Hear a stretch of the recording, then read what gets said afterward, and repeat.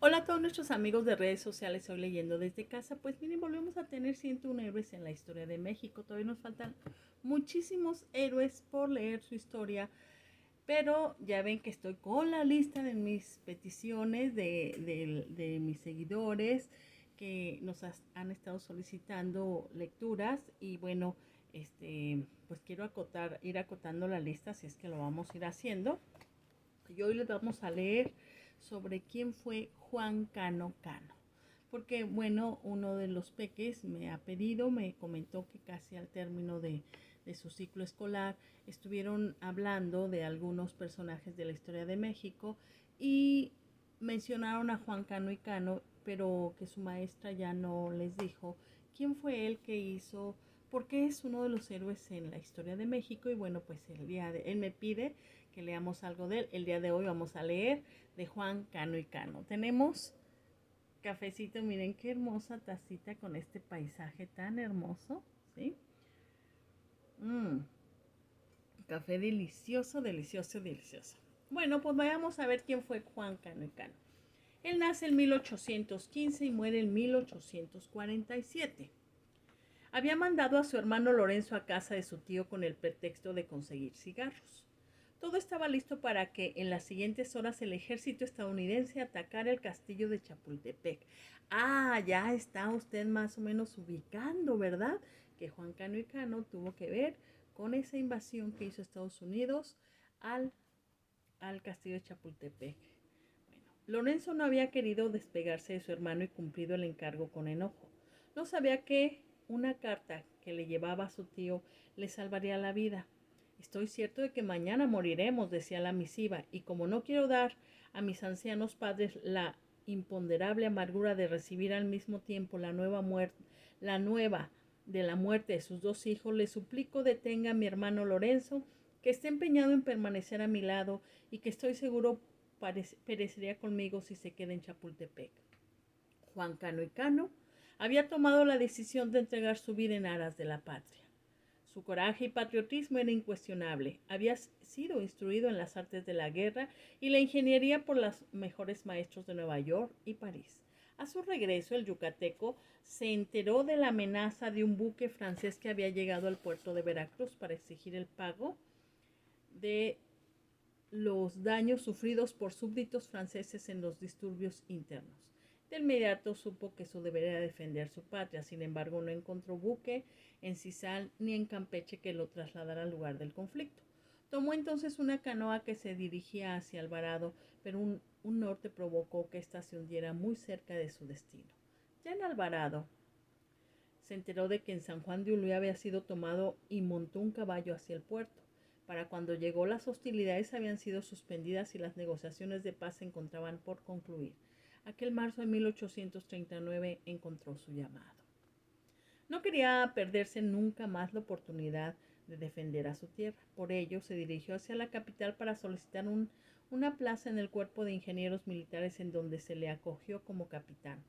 Desde entonces participó en varias batallas y en todas ellas fue fundamental para la victoria. Su trato además era honesto y noble. No fueron pocas las ocasiones en las que convenció a sus prisioneros de volver a sus oficios y dejar las armas. Ello le trajo ciertos problemas, pues no faltó quien lo castigara por su falta de severidad. En alguna ocasión fue incluso sometido a consejo de guerra, pero sus acciones lo absolvieron por toda culpa. Aquel trato humano no encontró eco en Antonio López de Santana. Cano era un liberal republicano y Santana trataba de imponer el centralismo en aquel 1839. Fue por ello y por los rumores de que Cano estaba inmiscuido en la sublevación que ordenó su exilio. Cano no tuvo más opción que salir rumbo a La Habana. Sin embargo, el castigo no duró muchos años y el yucateco al fin pudo volver. Entonces Santana lo envió a levantar planos en el sureste del país, lo que significaba una suerte de exilio disfrazado.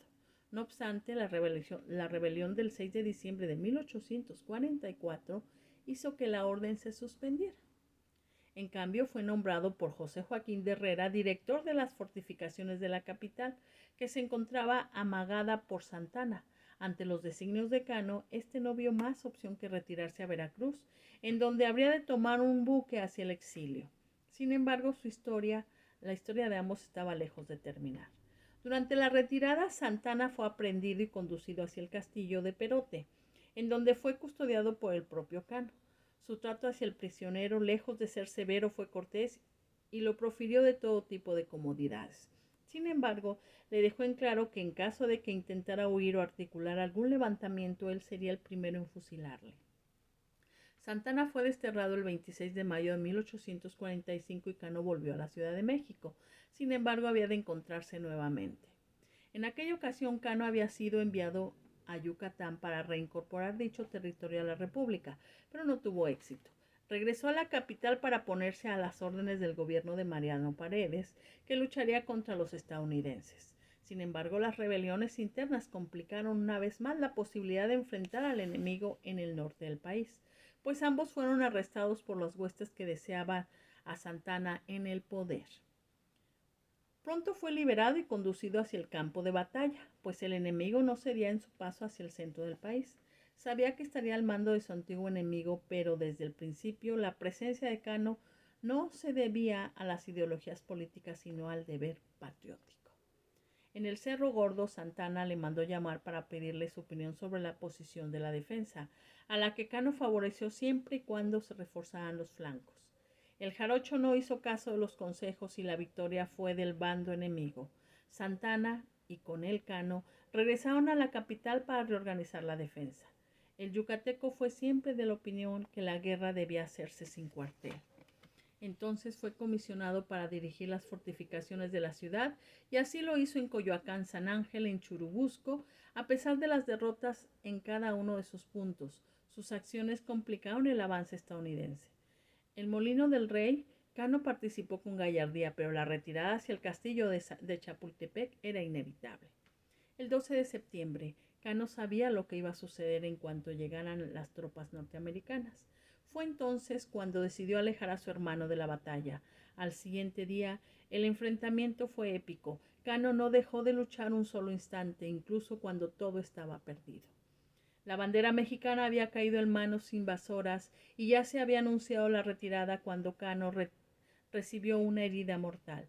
Unas horas después de aquel 13 de septiembre de 1847, a los 32 años moría en medio de la catástrofe de la guerra. Sus restos fueron sepultados con todos los honores por el bando enemigo, que le reconoció su valor.